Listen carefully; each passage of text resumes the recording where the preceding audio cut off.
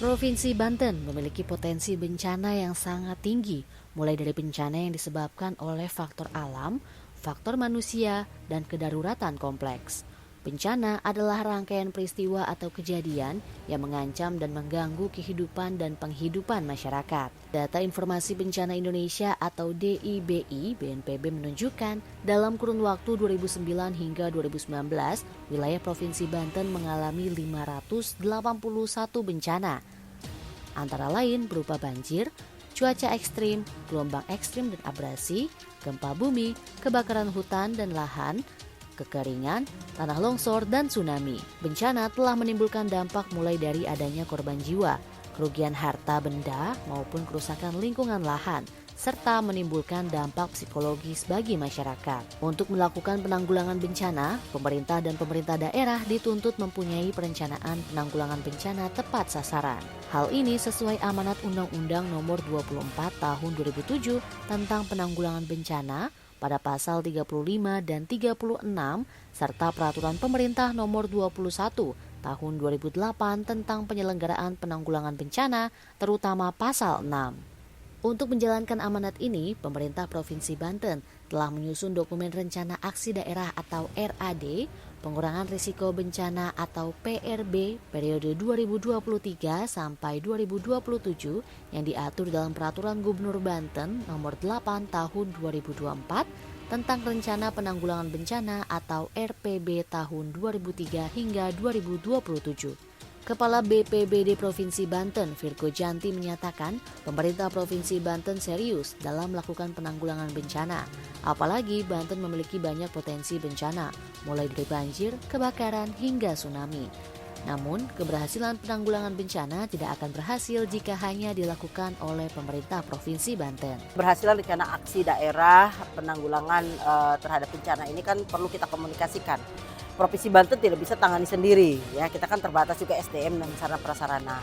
Nah, ketika terjadi hal ini tentunya apa yang sudah menjadi komitmen kita itu kita komunikasikan dengan kabupaten kota sehingga mereka juga tahu rencana aksi daerah tentang tanggap terhadap reaksi cepat terhadap penanggulangan bencana ini juga sudah disusun.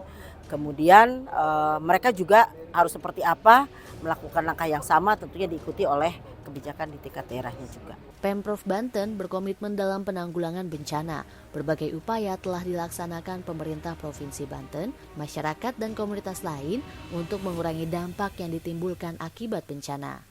Pemerintah Provinsi Banten melakukan langkah-langkah koordinasi dan kolaborasi apabila terjadi sesuatu bencana di suatu wilayah. Hal ini diperkuat sebagaimana implementasi perencanaan penanggulangan bencana yang tertuang dalam dokumen Rencana Penanggulangan Bencana Provinsi Banten tahun 2023 sampai 2027 yang menuntut keterlibatan seluruh pemangku kepentingan untuk bersama-sama dalam berperan aktif dalam mengawal, melaksanakan, serta mewujudkan pelaksanaan arah kebijakan, program dan kegiatan agar dapat mencapai penanggulangan bencana lebih terencana, terarah, terintegrasi di Provinsi Banten. Nah, untuk itu tentunya kami dari pemerintah daerah melalui Dinas BPBD ya itu melakukan upaya supaya mengajak serta masyarakat melalui upaya mitigasi bencana ya, memberikan arahan, sosialisasi. Kemudian juga ada dokumen memiliki satu dokumen yang memuat daerah-daerah rawan bencana karena mitigasi bencana setiap daerah ini berbeda-beda. Kalau daerah yang potensi tsunami mitigasinya berbeda lagi. Ya, kita harus siapkan daerah-daerah evakuasi, kemana titik kumpul, kemana lari, harus bagaimana. Nah, ini pendekatan-pendekatan inilah yang kita lakukan kepada masyarakat yang ada di seluruh wilayah Provinsi Banten. Rencana penanggulangan bencana ditunjukkan untuk seluruh organisasi perangkat daerah di Provinsi Banten yang dapat mendukung penanganan bencana mulai dari pra-bencana, saat bencana, hingga pasca bencana seperti pemulihan sektor pemukiman, infrastruktur, ekonomi, sosial, dan lintas sektor yang melibatkan akademisi, pemerintah, dunia usaha, komunitas, dan media massa di bawah koordinasi BPBD Provinsi Banten.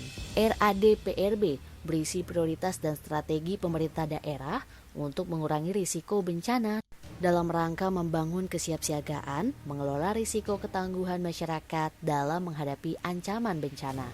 Bahkan, menangani keadaan darurat bencana serta upaya pemulihan yang disusun dengan mengacu pada isu strategis. Ada 10 jenis risiko bencana prioritas. Bencana prioritas dalam kurun waktu 5 tahun yang tertuang dalam dokumen tersebut, yang terdiri dari bencana banjir, kebakaran hutan dan lahan, gelombang ekstrim dan abrasi, gempa bumi, kekeringan, tanah longsor, tsunami, letusan gunung api, dan kegagalan teknologi.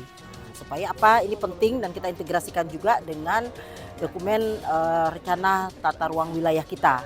Ya, jadi jangan sampai nanti kalau ini kita tidak buka, nanti masyarakat mau berinvestasi, masyarakat mau bermukim, ya, itu menggunakan daerah-daerah yang sudah jelas berdasarkan hasil analisanya bahwa di sana adalah daerah rawan bencana.